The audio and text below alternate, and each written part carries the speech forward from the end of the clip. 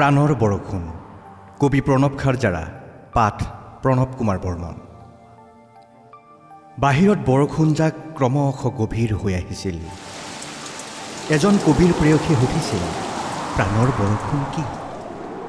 কবিয়ে কৈছিল, এটা ছাতিৰ তলত কৃষ্ণচূড়াৰ বাটেদি তোমাৰ সৈতে খোজকাঢ়ি গৈ থাকোঁতে এজাক নীলাজ বতাহে যেন হঠাৎ উৰুৱাই নিছিল ছাতিটো। এই যে তুমি উন্মুক্ত হৈছিলা, এই যে কোনোবাই তোমাক প্ৰাণ ভৰি চাইছিল, তোমাৰ লজ্জা বা সামান্য অসুবিধা বা ভিতৰি ভিতৰি অত্যন্ত ভাল লাগিছিল। তাৰ পাছতে প্ৰাণৰ বৰষুণজাক নামিছিল। বৰষুণে জগাই তোলা দুটা শৰীৰৰ গভীৰ আলিংগন। এইজাক বৰষুণে আন এখন অৰণ্য বিচাৰিছিল, আদিম অৰণ্য, আন্দোলিত পাহাৰ। এবাৰ বুকুত হাত দি চোৱা, এবাৰ বুকুত হাত দি চোৱা, সেউজীয়া হোৱাৰ কি যে সুতীব্ৰ বাসনা বুকুৰ ভিতৰত।